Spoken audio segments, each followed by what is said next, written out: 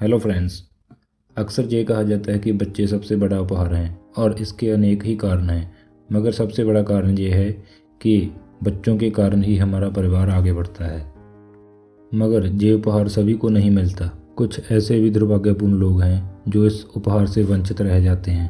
हमारी आज की ये कहानी है अर्जेंटीना के रहने वाले क्लॉडियो कॉकलिन और मेरियाला के बारे में। इन दोनों की शादी हुए काफ़ी समय हो चुका था, मगर अभी तक इनका कोई अपना बच्चा नहीं था। बच्चा पाने के लिए ये कपल काफ़ी ज़्यादा डॉक्टरों से मिल चुका था। मेरियाला ने काफ़ी साल दवा ली, मगर कुछ भी हाथ नहीं लग सका। कुछ सालों बाद डॉक्टर्स ने मेरियाला के बारे में बताया कि वो कभी भी मां नहीं बन पाएगी। मरियम ने ये सुनकर भी हिम्मत नहीं हारी। उसके बाद वो दोनों डिसाइड करते हैं कि क्या हुआ अगर वो अपने बच्चे का प्यार नहीं ले सके, वो किसी बच्चे को गोद तो ले सकते हैं। और उनके इसी फैसले के साथ उनकी ये कहानी शुरू होती है। असल में बच्चा गोद लेना इतना आसान नहीं होने वाला था। उन्हें बच्चा गोद लेने के लिए काफ़ी लंबे समय तक इंतजार करना पड़ा। वो किसी छोटे बच्चे को गोद लेना चाहते थे, इसलिए वो अपने घर के सबसे नज़दीक वाले अनाथालय में जाते हैं। वो उस अनाथालय में जाकर एक 12 साल के लड़के हुलियो को देखते हैं। अनाथालय का स्टाफ उन्हें बताता है कि कोई भी बड़े बच्चों को अडॉप्ट नहीं करता, इसलिए बच्चे और ज़्यादा बड़े होते रहते हैं और उन्हें कोई भी अडॉप्ट नहीं कर पाता। क्लाउडियो और मेरियाला उसी समय 12 साल के इस बच्चे हुलियो को गोद लेने का फैसला करते हैं। असल में हुलियो को अडॉप्ट करने के चांसेस बहुत ज़्यादा कम थे, क्योंकि कोई भी 12 साल के बच्चे को अडॉप्ट नहीं करना चाहेगा। जब क्लाउडियो और मेरियाला इस अनाथालय में आए थे तो हुलियो एकदम चुप बैठा हुआ था। उसे कोई उम्मीद नहीं थी कि उसे गोद लिया जाएगा, मगर उसने क्लाउडियो और मेरियाला का दिल जीत लिया था और आज की रात वो एक नए घर में गुजारने वाला था। इस कपल ने इस बच्चे को हर एक चीज़ देने की कोशिश की और ये बच्चा भी उनका आभारी था। हुलियो भी एक अच्छे बच्चे की तरह व्यवहार कर रहा था। वो अपनी तरफ से बनती हर एक कोशिश कर रहा था ताकि उसकी वजह से उसके नए पेरेंट्स को कोई तकलीफ़ ना हो। जल्दी ही ये तीनों जने एक दूसरे में घुल मिल जाते हैं, मगर जल्दी ही पेरेंट्स को लगता है कि हुलियो को कोई ना कोई चीज़ सताई जा रही है।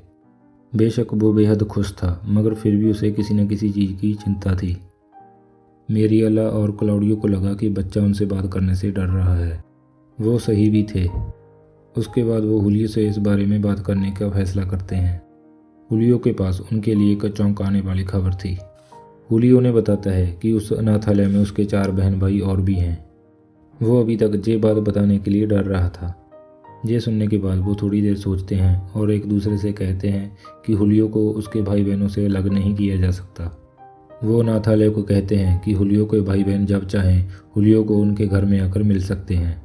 इसके बाद ऐसा कई बार हुआ कि अनाथालय का स्टाफ हुलियो के छोटे बहन भाइयों को हुलियो से मिलाने के लिए उसके घर लेकर आया।